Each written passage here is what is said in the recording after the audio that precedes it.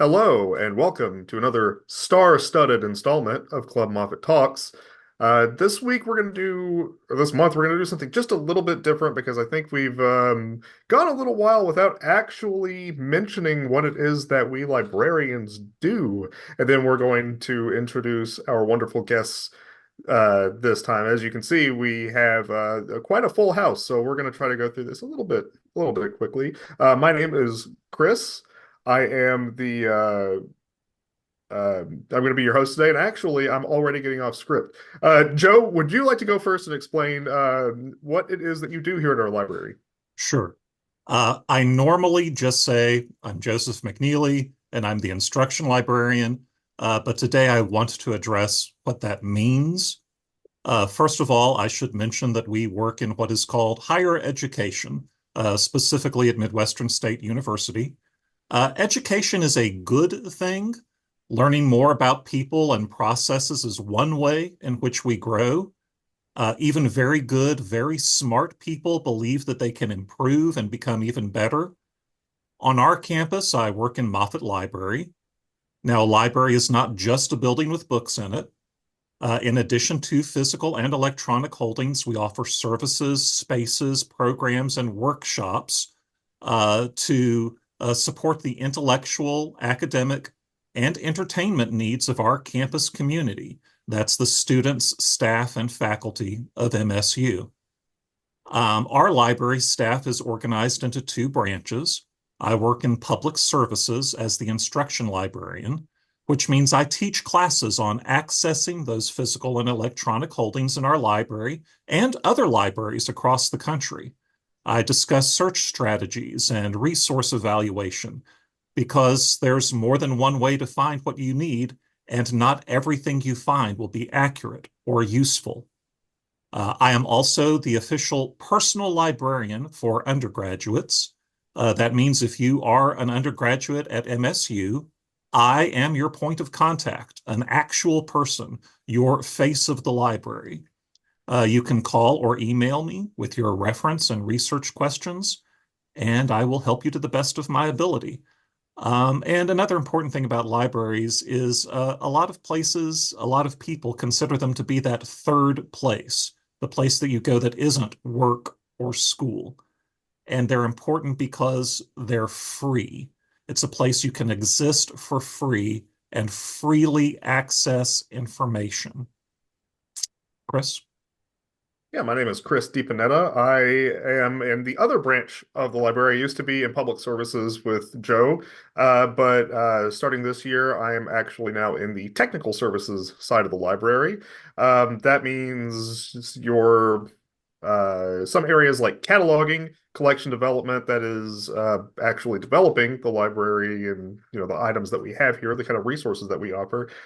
Our wonderful special collections, also part of the technical services aspect. So basically anything that would exist behind the scenes, that's what you're looking at with the technical services side.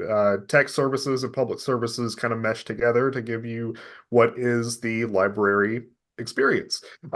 My role is actually the digital services librarian, and what that is basically anything that requires operation, like the library website, our list of library databases, our research guides, or as you may know them, libguides, getting those nice and tidy and in order. All of that is more or less my role here, just to make sure that everything proceeds smoothly. And if there are any issues with any of that stuff, there are problems with access of some of our items sometimes, or a problem with getting into some of our databases and the like.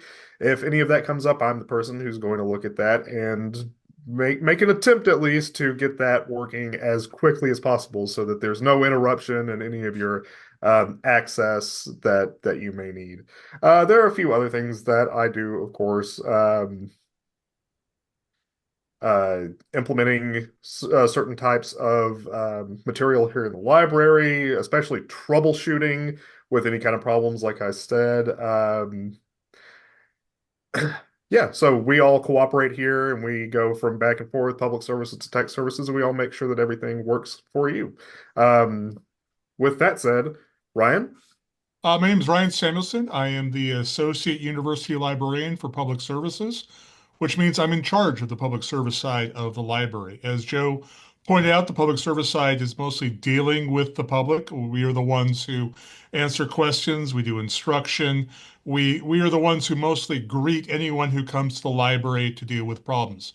In addition to the instruction librarian, I'm also in charge of interlibrary loan, which is the department which helps patrons seek out items or products that we may not have at our library but are available through other libraries. I'm also in charge of the circulation department, the department that checks out study rooms, items, and books to the general public. I'm also, as Joe mentioned, he is the personal librarian for undergraduates. I am the personal librarian for graduate students. I work with both faculty and the graduate students to make sure that they any of their questions are answered.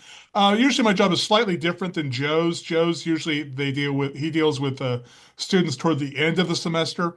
I generally dealing with graduate students deal with them when they first arrive because usually the graduate students don't have a problem using systems, but they're usually confused about what systems we may have available. And so I'm instead of being a constant access point, they more or less reach out to me usually at the beginning of their careers here at Moffett Library or at MSU as graduate students. In addition for that, again, I oversee management and administration of various roles. I set policy and procedures, and I make sure that everything's working smoothly here at the library. I'm also the person that people can complain to if they have problems. I'm Tiffany Ramsey, and I work as the administrative assistant in the Career Management Center. And basically, I'm just the first point of contact in our office for scheduling appointments, troubleshooting issues with different software platforms that we have, career closet appointments, so on and so forth. I do most of our social media stuff. So yeah, and I've been here a long time. Well, I'm Dirk Welch, and I'm the director of the Career Management Center, and I have the privilege of overseeing a group of really talented staff. Two of them are on the call today, and we have a couple of graduate students, and it's really just focusing on what are our goals, where are we headed, what are the directions we need to take, the budget, how are we going to get it done, finding those resources to make it happen. But often it looks like doing those things and then trying to step out of the way to allow the talented people to, put it into action and do it and make it work. And so I have been with the university in this role since May of 2003. So going on 22 years coming up. I also have the privilege and maybe another day talking about, but I coordinate the MSU Burns Fantasy of Lights, and I do get to teach in the College of Education and our College of Business. But the real joy and what brought me to the university, is the career services and helping our students, find that next chapter in life. And I'm Stephanie Sullivan. I'm the Assistant Director of the Career Management Center, and I've been here for a total as a full-time employee 15 years, and then I was also a student worker as an undergraduate, so about 17 and a half years total with the university. And I'll help students with their resumes, their cover letters, helping them with mock job interviews. Tiffany mentioned some of our platforms, so if they need help, again, with learning how to use those or what is this platform? So going out and kind of help doing some education pieces on what the different services we have that students can take advantage of, not only while they're students, but also as alumni. So I'll help with that, go out and meet with faculty, put on job fairs so that the employers are on campus ready to hire our students, whether it's in a part-time capacity, an internship, or a full-time job. Wonderful. Sounds like you all have quite a bit to do over there.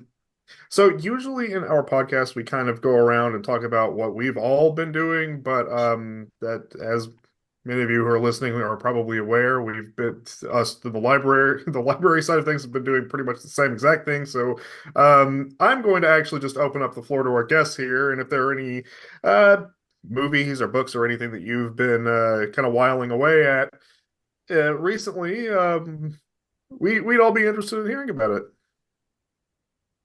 Okay, well, I am wrapping up the ACOTAR series, of course, that seems to be a popular thing these days. But I am on the last book, and don't get me even started on what the name of it is because I can't remember. But my husband and I also, we just finished watching Masters of the Air about the World War II documentary or docuseries, just kind of talking about some of the tail gunners and things like that. His grandpa was tail gunner, so it was really interesting to watch. And then I've been doing my nostalgia TV watching here lately. I watched all of Monk, all of the original NCIS, and I have started on Frasier. So I've been enjoying that, getting to relive a little bit of my teenage years and everything, remembering some of the episodes. So, yeah. Cool. Well, one of the shows that I would recommend that I just got done watching was called The Residents. It's on Netflix. It's a witty, great acting. It's a murder mystery in the White House. And so I would highly recommend it if you have Netflix or you can get your hands on it. It's a limited series of about 8 episodes. I used to read a lot more, use Audible to get through a lot of books now while I'm driving to and from work or if I'm out for a walk. Some of I tend to like crime, drama, mystery type of things. And David Baldacci, he has a series with Amos Decker, and it's just been very interesting. And I like finding books where there's a series of characters that continue and build the plot and go from there. Most of the movies I see nowadays, well, have been for quite some years, have been I have a son, and so we go to a lot of, which I guess I should cop to. I liked going to a lot of these children's movies before I had a child. But Paddington, Sonic the Hedgehog, Captain America, although that's maybe older kids as well. But so I really enjoy going to movies and that escapism. And then our family has been doing a lot of traveling the last couple of years to outside of the U.S., exploring other areas and learning about the cultures and just getting a break from things. So good. One of the shows I've been watching a lot recently is the new Matlock on CBS. I've gotten kind of into that, kind of the whole mystery of whodunit kind of thing and trying to figure all that out. So I've been really into watching that. I really have enjoyed that show recently and kind of gotten hooked on that. Of course, I'm like Tiffany. I kind of like to watch some of the older shows. Some of mine are a little bit older. I like reruns of I Love Lucy. Love to sit there and watch those. And then, always episodes of Friends or Everybody Loves Raymond or, like she said, Frasier, NCIS. So anything like that, I'm always up for the good repeats of watching something that's already been out there. And then a lot of times I'll just spend some of my spare time just out working in my yard, doing lawn work and enjoying being outdoors like that. So. Yeah, the weather's finally getting to the point where you can kind of Yes. step outside. Like, yes, it's the best time of the year to be outside. So. yeah, apparently it was like 100 degrees yesterday, and the week before that it was 40. Like, Yeah. it's gonna be really nice for it to get consistent again. Yes. absolutely. Yeah. Well, fellas over here, are there any things that you want to rattle off really quickly? No, we'll do it next No. time. Okay. Yeah, that's fine. That works for me. Hopefully some of these things that we're watching will give you things to put on your bucket list, Oh, definitely. to try and discuss next time. Sure. Without a doubt. Yeah. Oh, yeah. We'll have plenty to talk. We always have plenty to talk about. That's something that we've been pointed out numerous times is that if we don't have one of our guests rein us in, it becomes the what nonsense are we watching this month podcast. So that's why we're going to try to be a little bit more on track for this one. So Yeah, tell us a little bit more about the Career Center. I'm very curious. I don't believe I've ever stepped in around that area of the campus before, but I'm interested in knowing what it is that you do. This is all you, Dirk. Oh, is it okay? I didn't know if we were keeping with our same cadence or where we wanted to go with it. And I'm sure Stephanie and Tiffany will share more or can share more. I'll keep it kind of real general. Well, our services and resources are aimed to help our students, and we do provide services and resources to our alumni as well. But the bulk of who we serve is our students. But helping them develop the skills to successfully obtain employment, whether they be at school or they're, post graduation, or those that want to go on to graduate school and are navigating that process. So we want to assist them in developing all those skills and the tools and utilizing them to be successful. I think, well, I feel like I can speak for Tiffany and Stephanie and certainly myself. We all have a passion for helping our students grow and succeed and hit those milestones. And so it's really neat to be a part of that, process. But we want to help our students, to use this term, market themselves as effectively as they can, in those processes. And so they don't always know that way on how to do that. And so we can guide them through that process, and we can work with them on bettering their resume, bettering their cover letter, feeling more comfortable in the interview process, discussing social media do's and don'ts. So we just want to be sure they're prepared for that next step, in their journey. And I think one of the things that we've gotten as one of our services that we're still kind of working on is some online platforms to help the students with some of those. As we all know, with AI technology and things coming more and more prevalent, the students kind of need to know how to work their resumes so that an AI platform can read it when it goes to an employer. And so we're working right now with a new platform that Dirk, Tiffany, and I have been kind of working out all the kinks with, and hopefully before long it'll be ready for the students to go live for them so they can upload their resume in there and see how an AI system would actually read their resume when it went to an employer. And it will also then give them information on, as we know, a lot of job interviews are virtual. And so they can go in there and record a virtual interview, and the system will tell them, did they make great eye contact? Did they answer the question correctly? Did they use too many filler words? All the things that sometimes as humans, it's hard to notice a lot of those things, but that computer will catch it. And so I think it's going to be a great platform to really help students get ready for that next level of job interview and resume application process that's really kind of taking over. Yeah. I'm shocked to hear that AI is even in in this. Like we've talked about AI in so many podcasts recently, and like it's even Yeah. here. That's Yeah. Yeah. Oh, Yeah. Yeah. Yeah. Recruiters for quite some time. I went to a recruiting conference, it seems like well over 10 years ago, about how recruiters and employers are navigating the field. And when you get hundreds of applications or thousands of applications, someone smartly years ago created this trend of how can we streamline the process from point of entry of a resume and scoring it based upon what is on it and what do we need, and then whittling it down from there before they even get to that human component. And so it kind of started with there and us for years talking about what that applicant tracking system is doing and how to manage that process and do your best throughout that. And then now there's a lot of software programs using AI to simulate that review even further, and such, since it's a reality for sure. Wow. I had a basic question I wanted to ask.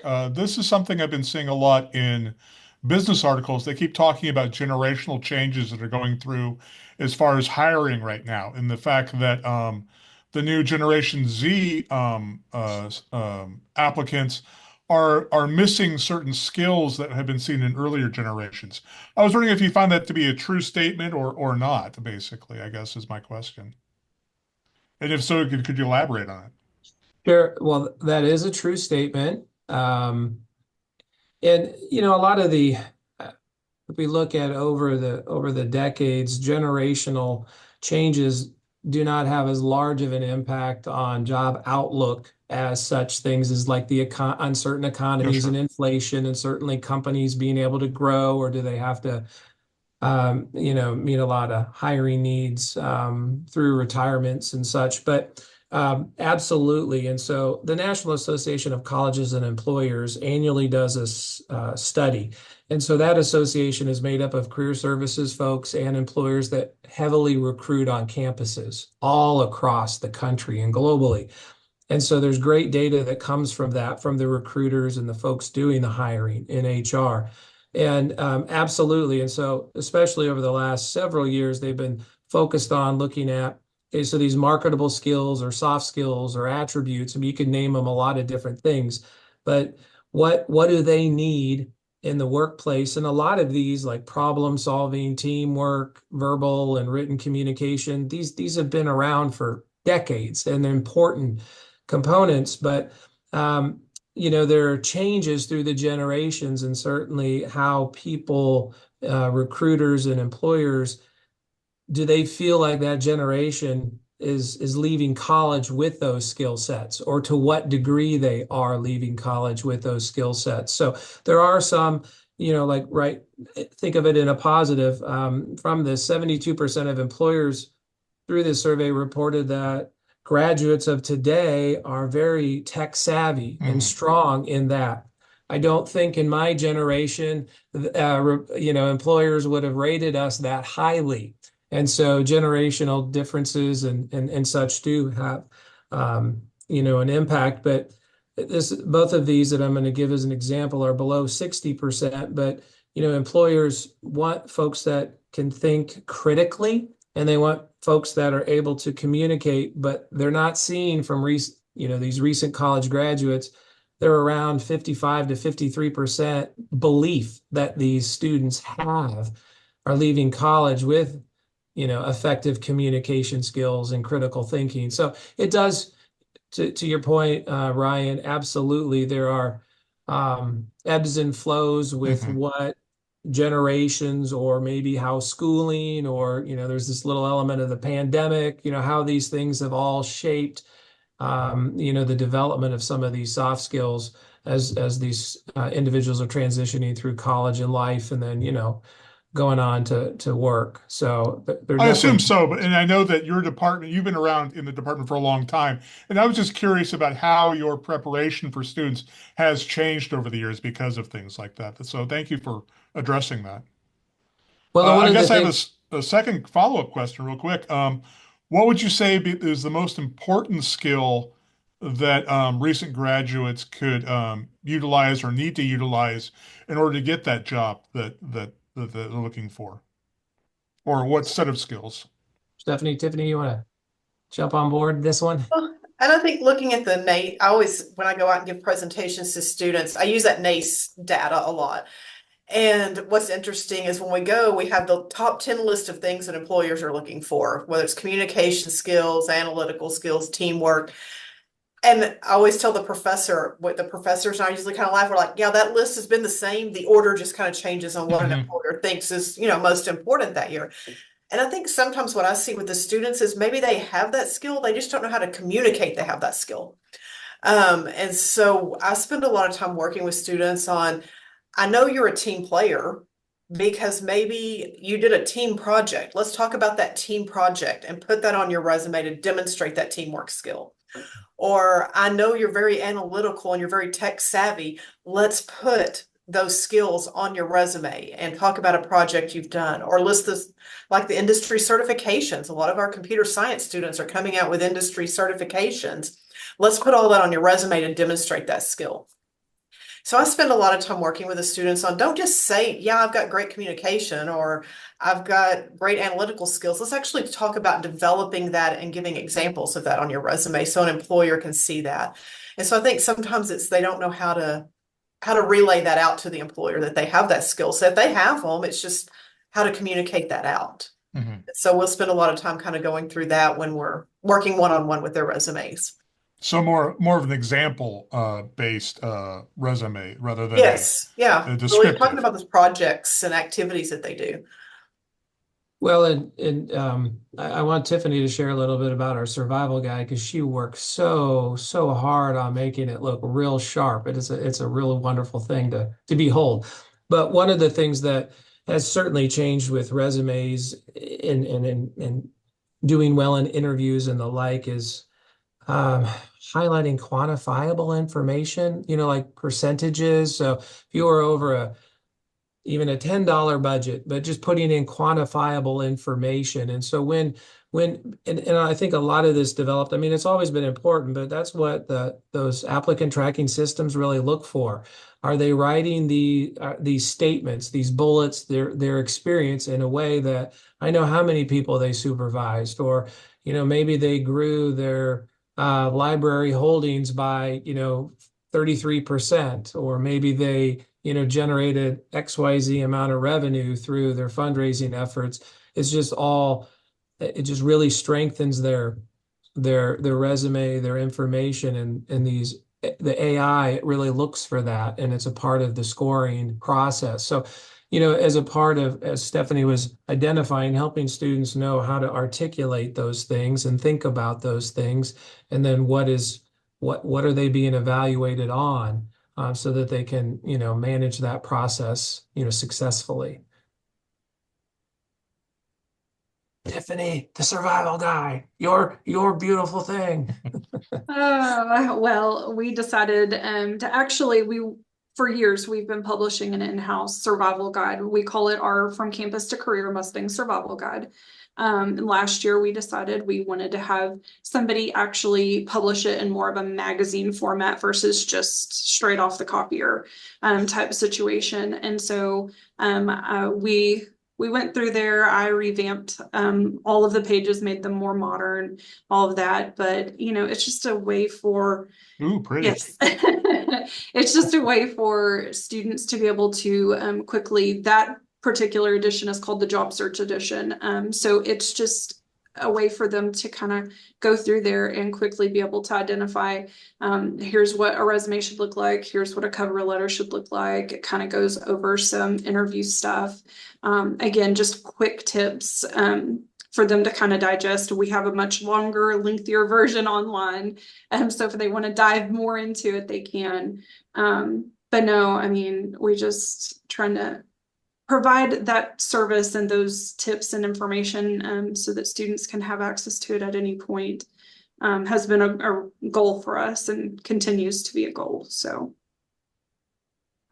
Well, one thing I want to mention as well is I don't know about you guys, but I'm sure this is the case as well, is I find a lot of faculty, especially the older faculty who've been here for a long time, don't seem to realize that the market has changed or their profession has changed. So even something like grad school or even something like the industry that they're going to, they may be unaware of these changes a lot of times. So it's great to have people like you to kind of point out to the students that, yeah, they've been prepared, but it's not quite what their professors may have prepared them for. Yeah. Or how to take what the professors have prepared them for and put it in a way that is hitting, the industry, not, for vocabulary, the vocabulary that is being used now and in such a way. So yes, it's just that transition of how do I take what I'm learning, what I'm doing, and put it in the words that are really going to be, hit home. Yeah. So resume building is something that your department really, like, that's one of your major things? Yes, we spend a lot of time working on resume development. Everything from a student coming in the door that says, hey, I saw a job, I want to apply for a job, I need a resume. And so, giving them the resume samples and then them coming back, having a one-on-one with them to walk them through it, or going out to classrooms, because we have really great faculty that allow us to come out to classrooms quite a bit and talk through the resume process, the job interview process. And we even have a number of faculty that have built that into their syllabus where students can turn those into, for grades and documents and, a part of an assignment somehow. So that's always been really good. But yes, we do spend, I would say, the majority of our time helping with resumes and really more resumes and even cover letters. But just helping them get those resumes ready because they're going to use them not only for that job search, but Oh, yeah. going to the job fairs and the resume assignments that maybe a faculty member has given them. You have any advice for someone listening to this right now? Just like one thing that they need to maybe think about when developing their own resume? I know one of the One things that one thing. Just one area. I mean, obviously, all of you could give an answer, Yeah. it's all subjective, but just in general, like if there's one thing that really sticks out in your mind, like you need to have this as part of your resume. I don't know if it's something I'd put on a resume, but I know when I go out to talk to students in presentations, and I'll tell them this is kind of old school, but get yourself a notebook and write down all the great things that you're doing because we're all human. And so we don't probably write our resume or update it until we actually need it. And so then when they're trying to go back and remember the projects they worked on, the activities they did, or where they volunteered or, things like that. So, I'll tell them, when you went out and you did a observation, say in teaching, or if you went and did a lab experiment or an internship, write down what you did and keep track of all those things so that when you're ready to build that resume and get it finalized, you're not trying to remember what club was I involved in? When was that? What did we do? What was our volunteer work? What project did I get that really great grade in? And you've got it kind of compiled there. So it's kind of old school to write it all down, but keep it somewhere of track of all the things that you did so that when you're building that resume, you've got it ready to go and can pull all those things together. One thing I would add to that would be, and there are some good resources out there. JobScan is one, but Hiration, when it comes online, we'll also look at this. But getting a sense of what's in the job description, the posting, and then making sure you are tailoring what you're communicating, certainly in your resume. Yes, in your interview, yes, in your cover letter, but there are platforms out there, JobScan, they have a free side where you could upload a job posting and upload your resume, and it will look, well, how many times did you talk about XYZ skill? And it was listed this many times in the job posting. So are you a good match? Meaning, are you highlighting the things that are necessary to be a really strong candidate? And Hiration will do that as well. But I think that sometimes I've done this resume, I've got it, and now I can leave it alone. Yeah. As you are hitting different industries or types of positions, it needs to adjust and adapt. A lot of it can stay the same, but it needs to be fluid as much as possible so that you are showing that employer that you have those skills when you have them, and making it easy for them to see that. That's great advice. I remember back when I was in the job market back in the 20th century. Oh my God. That's one of the things I did is I did a bulleted list of things, and then I would cut and add depending on whatever job I was applying for, various different things out of my resume. My resume is more of just a list of things that I could choose from when applying for jobs. Yeah. Yeah, my one tip would be open a Word document, a blank one, and type your information in there. It's so easy to be tempted to use a template, but they're so hard to edit once you hit that save button. If you need to go in and add things, remove things, any of that, it starts getting to where it's not lined up correctly. Things are not on the page as they should be. And it's just much easier just to type it into a Word document at that point. And then that way you can edit it as much as you would like. So. Well, and to piggyback on what Tiffany just shared, and a reason why we recommend doing it in Word or whatever, platform you have is a lot of these applicant tracking systems, when we're talking about when you apply and it's scanned by AI, if you've done things in text boxes or headers or footers or tables or charts or graphs, a lot of that doesn't. Some applicant tracking systems can read it all perfectly.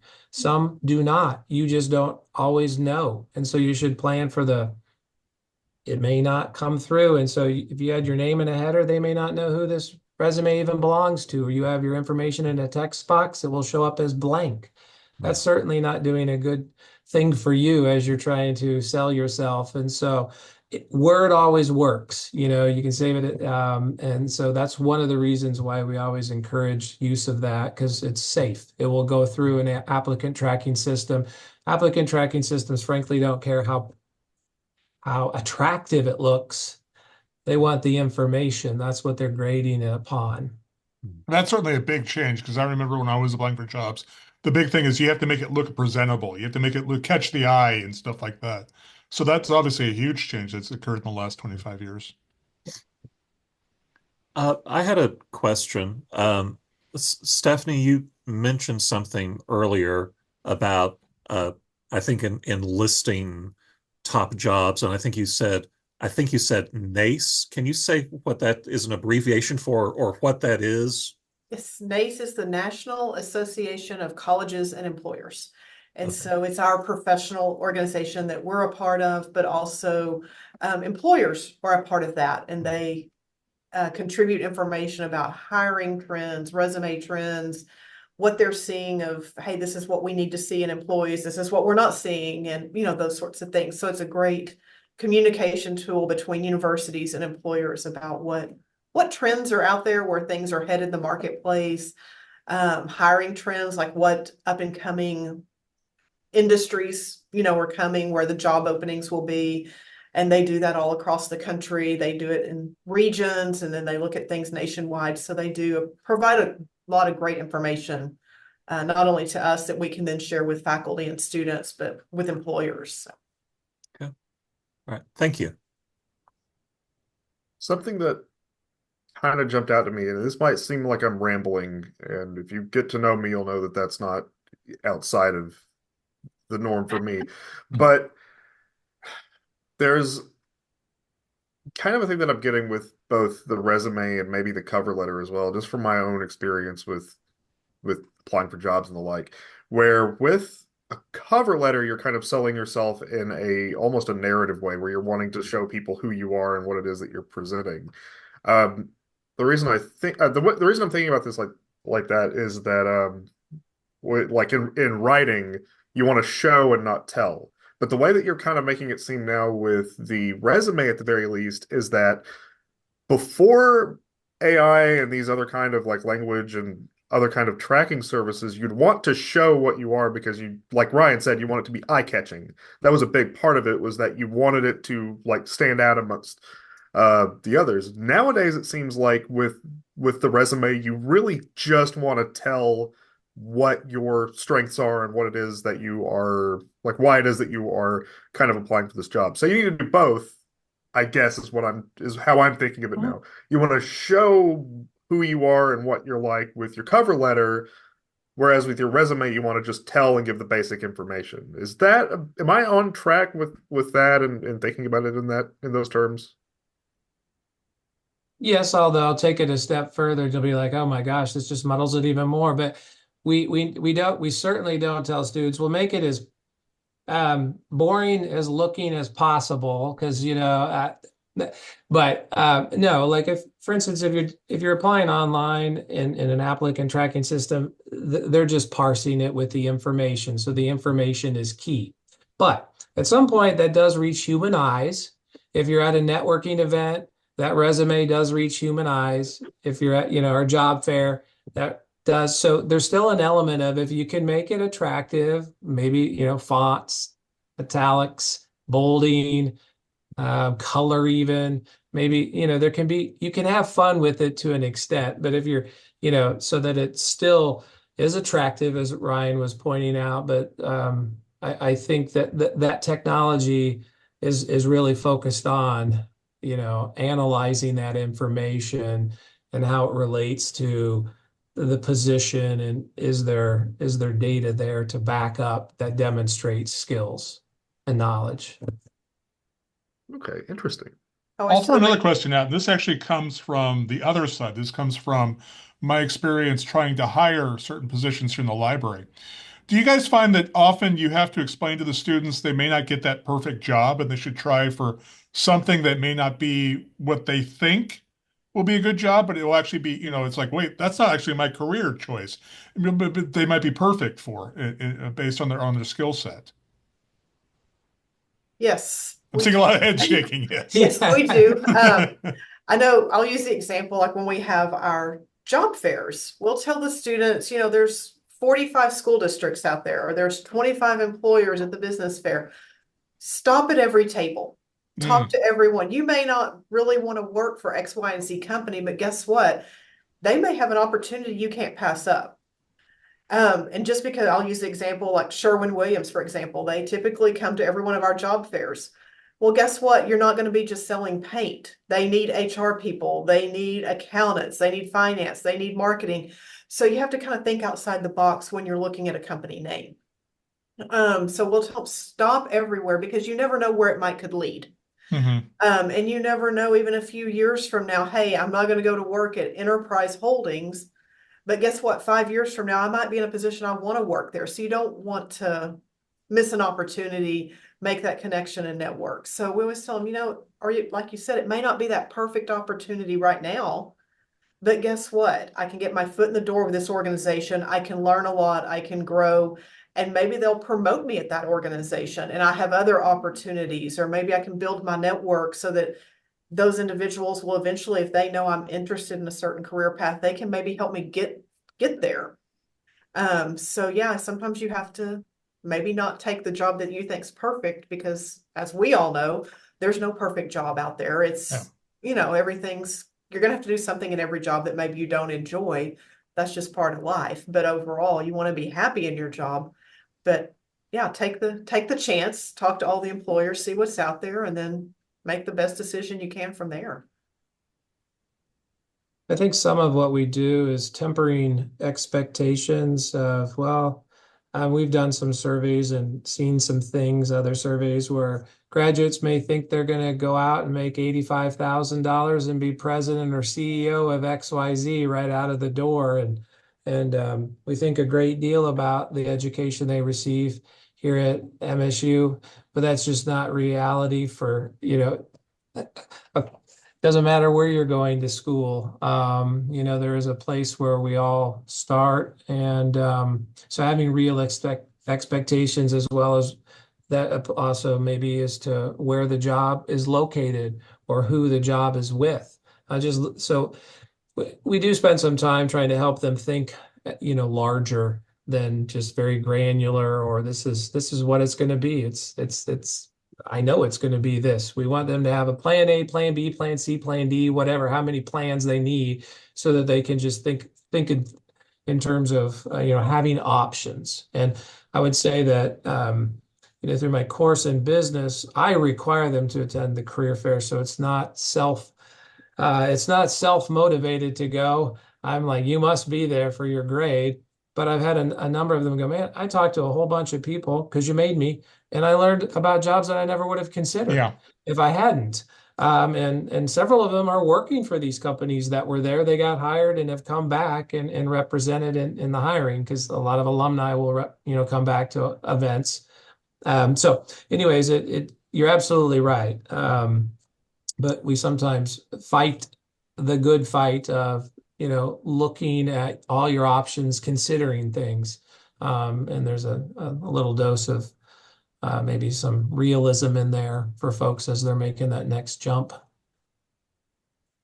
I had a question. A lot of times when you're doing an online application, part of the formatting is a formatted application, and then they still want you to attach a resume.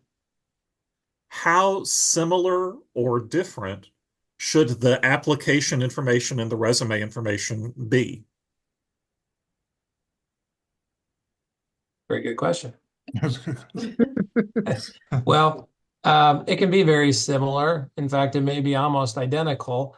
The job application may ask for some things that you wouldn't put on a resume necessarily. It could be on a reference page, but a lot of applications might be, what is your supervisor's name? Their contact information. You generally wouldn't have that on the resume right out of the door. They may ask for salary, or hourly wage. You wouldn't necessarily put that on your resume. But that might be a point of communication in the future with, in a salary strategy and negotiation process. But same with, why did you leave? So there are some questions on an application that wouldn't necessarily transfer over to a resume. But when you're highlighting you'll have your job title, your months or years of work, some of, the things that you did. I mean, we've told students, well, you can copy those bullet points from your resume and paste them right into the application. And that's an efficient, streamlined way of completing it. So, I think it very similar in many, many ways. Sometimes the application, though, does get at information that you traditionally and typically would not put on a resume right out of the gate. Okay. I didn't know. I was thinking about kind of a formatting issue because typically on the actual online application, they want you to put your jobs in chronological order. And it's possible that on a resume, you might have them not focused in that way.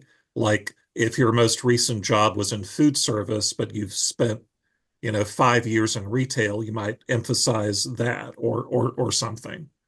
And kind of as a follow-up to that, this is a little bit more fun. Thinking about the fact that you do not always end up where you started or where you thought you'd end up. Can you speak to a job that you have had in your past that is very different from where you are now? Well, I'll let them do that, and I'll answer the easy one about the formatting. Because I'm not sure I answered your question on point. Now I'll share the other as well. But one of the things, yes, on your resume, you should do it in reverse chronological order, the most recent first. So education, if you're getting your graduate degree, and then your bachelor's is going to be below that. And same typically for employment. And yes, it is making you put it in chronological on an application. You would just put it into a different heading. You could have relevant work experience or professional experience, and then you could have other experience or however you wanted to label it. So that present, that food service position or what have you would be the top of that other category, but it wouldn't maybe be highlighted as highly on your resume. So it's a great question. So the structure is there's some similarities with the date order, but it allows some flexibility to put it somewhere else on your resume, or maybe not highlight it at all if it's not real pertinent or really to that position and such. That was a great question and observation. Well, I don't know. Tiffany, I have lots of examples of places where I started and didn't end up. I thought I was going to be something in business at some point in time. I was working at a restaurant. I'll share the restaurant, Pizza Hut. This is when I was in graduate school, and then a little bit undergraduate to graduate school, and then while in graduate school a bit, thinking I'm gonna do something in the hospitality industry, or I could maybe see a career in this and such. And I'm clearly not in the business arena, not doing that at all, but in higher education. So that that was also influenced by my degree that I got graduate school wise. But yes, at one point I was like, oh, maybe I could see a career from this. Okay. I've always worked in education in some form, whether it's public school system or higher education. So it's always been education. One of the jobs that I had that was kind of interesting, I worked in Round Rock ISD, and we did after school programs for at-risk kids. And so I worked at the central office and worked with the teachers on the campus to help plan activities for those students. And so one of the things we got to do a lot of, we took the kids on a lot of field trips, and I got to go on a number of those.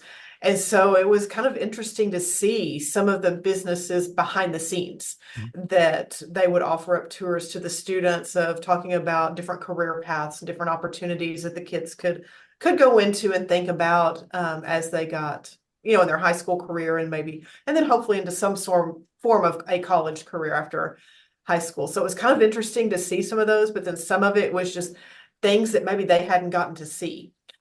We had students that had never left the city of Round Rock. And so going actually into Austin was a big deal. And so we got to tour things like the LBJ Presidential Museum and Library. So, some things like that was just kind of fun to see it through the eyes of children because, we look at it from our eyes. So it was kind of fun to see some of those things with them. So that was kind of an unusual job and just getting to go on a lot of field trips and doing a lot of things you wouldn't normally get to do. So that was kind of fun. Before I worked here, I worked for a local real estate developer and property management company. And I was actually a licensed realtor for about 3.5 years. So yeah, no, I've been on the end of both ends of building a house from the construction standpoint to building the house for my own personal living. But yeah, no, I mean, at that time, I just kind of needed a change, and so decided that I would start working here at MSU. Luckily, I got hired and have been here ever since. And so this has become my new passion. But yeah, no, it was definitely in real estate development and property management before that. So yeah. And I know you didn't point this question at me, but I'll point out that I started my academic career going to become a particle physicist. Oh my gosh. Wow. Okay. But Wow. it turns out that was not my strengths. My strengths was actually in too math reliant. My strengths were actually more in critical thinking skills, education, and research, and so that's where my path eventually took me. Well, along those lines, I mean, you're right. You may start somewhere and end up somewhere different. It's a transition. But I'll tell you, I'm doing something for the last few years that I swore I would never do, and that's teaching. Because I'm from a family of teachers, and I'm like, I am never, stepping into a classroom and doing that. And I, teach 2 classes every semester, and for most semesters, and so I'm like, well, maybe there was something that I didn't know at the time. I was so, no, it can't possibly be. I don't care that our family does a lot of this and has found. So sometimes you can discover things just like, make those changes, but also something you never ever thought you would might just hit you over the head one day, and it's I think it's time. Give it a try. I have an aunt who the word I would describe her with would be acerbic, I suppose. Who was a librarian her entire life. I think she might have taught history for like a few years, but for the majority of her life, she was a librarian. And I remember thinking, if I ever became a librarian, I feel like I would understand her more, and I don't want to ever do that. To borrow a turn of phrase, though, it's about the journey.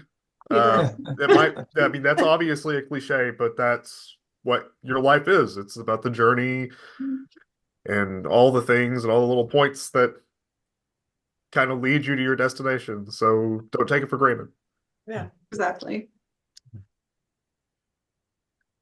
Oh, I, I I did not always believe this, but I just recently figured out while I was talking to a student in my office that I have ended up where I was supposed to be. Um, and I will talk about completely unrelated jobs that I've done, but I want to mention this. My maternal grandmother was a teacher. She taught elementary school. In the early 1900s, she was already teaching when schools began busing in immigrant children because they were told that they had to actually have children in the building and they couldn't just count the ones that they knew existed in the county. So she was doing that. She's still, and she's been gone 30 years, but she's still one of the coolest people I've ever known. Taught me a lot about life and made me think that being a teacher was just the coolest thing you could possibly be. Now that I'm working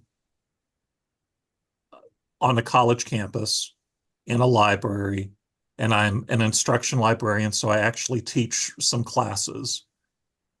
I feel like this is where I was supposed to end up. That being said, I have done a variety of very odd jobs. I I spent a week as a local working a carny. I've done food service, retail, wholesale, factory assembly. I've been a DJ. I was a photographer for the newspaper. You know, and my dream when I was in high school was to be a pilot. I specifically wanted to be a helicopter pilot, possibly for a hospital, you know. And that's largely charged by the television that I saw during that time period. But learned that because of vision limitations, that was not going to be a good career fit for me. So, yeah, an interesting journey, but I think I got where I was supposed to. That's what we hope everybody gets to at some point. Yeah. It's important. It's a very important aspect of our community, definitely. And again, I think it's become more and more the case where a person is unlikely to have one job throughout their entire lifetime. That it's Yeah. more likely they're going to go through several different jobs throughout their lifetime. Yes. Yes. Yeah. Well, did we we're want to start coming up wrapping on up? an hour. Yeah. It's been quite a while. I didn't even realize it had been this long. And that's why I feel it's important to note that so all of our guests here have very lovely backgrounds. I just wanted to point that out. We've got art, we've got these really wonderful looking boat models. We've got a bunch of, I mean, I'm looking at what you have right behind you here, and it's like my eyes are drawn to it. The reason I say that is because behind Joe is a packet of M&Ms, and behind me is a packet of hot fries. And I've got boxes and books. Boxes upon boxes of things here, just to, draw everyone's attention to the state of things. And that's why I'm going to ask if anyone has anything else they want to talk about with the Career Center, or if there are any questions you might have for us. I think we just want to encourage students to come by. Our door's always open. We're over in the Student Center, room 173. So come by and see us. We'll help you with not only your journey here, but what you want to do with life after MSU. So. And if you need to stretch your legs and get out of the library and you want to come and see these things in person, you now know where we are, how to find us, and we would welcome a visit. Yes. All right. We have a Thank lot you. of space too, so if you'd ever want to do a workshop here or talk to any of our students, get some space, that we always have room for it, and our doors are literally always open. And you would reach out to Rachel Stokes, and she would reserve whatever area you want to reserve over here at the building for anything you want to do. And we have Thank students you. sometimes that Thank do you. need interview rooms, quiet places to do an interview. And Oh, I know absolutely. we've told them before, go check out the library. I'm sure there's a place you can rent out a room, so to speak, to have an interview. So We have a few of those. yeah. Well, at this point, I'm going to turn it over to Joe to ask if there are any events going on in the community right now that you want to draw our listeners' attention to. Absolutely. There's a few things coming up that could be interesting for our campus community, either on campus or in the Wichita Falls area. The Department of Music will have its Student Chamber Music Recital on April 22nd. The Undergraduate Research and Creative Activities Forum is April 24th. Also on the 24th, the Wichita Falls Museum of Art at MSU Texas is holding a closing reception for Follow the Waters. Downtown Wichita Falls is hosting Cajun Fest 2025 on April 26th. Here on campus, the Department of Theater is doing performances of Godspell April 24th through the 27th. Lee Gagem, a former guest of our podcast, she's the Associate Professor of World Languages and Cultures, will be the next Faculty Forum Series speaker on Wednesday, April 30th in Clark Student Center, Comanche Suites. She's going to speak about her research, narrating migration, the Korean miners in Germany through a lens of memory and material culture. Downtown Wichita Falls, next After Hours Art Walk will be on May 1st. Department of Music will have its Wind Ensemble concert on May 4th, and their honors recital on May 6th. And you can join the Kemp Center for Arts in downtown Wichita Falls on May 10th for their 21st annual Sculpture Garden exhibit. If you'd like to have more information about the things I mentioned today and other local activities, you can check out the events section of the MSU Texas homepage and the calendar at discoverwichitafalls.com/events. And of course, if you have an event you'd like for us to announce, or if you have any comments or questions or suggestions for any or all of us, please send us an email at library@msutexas.edu.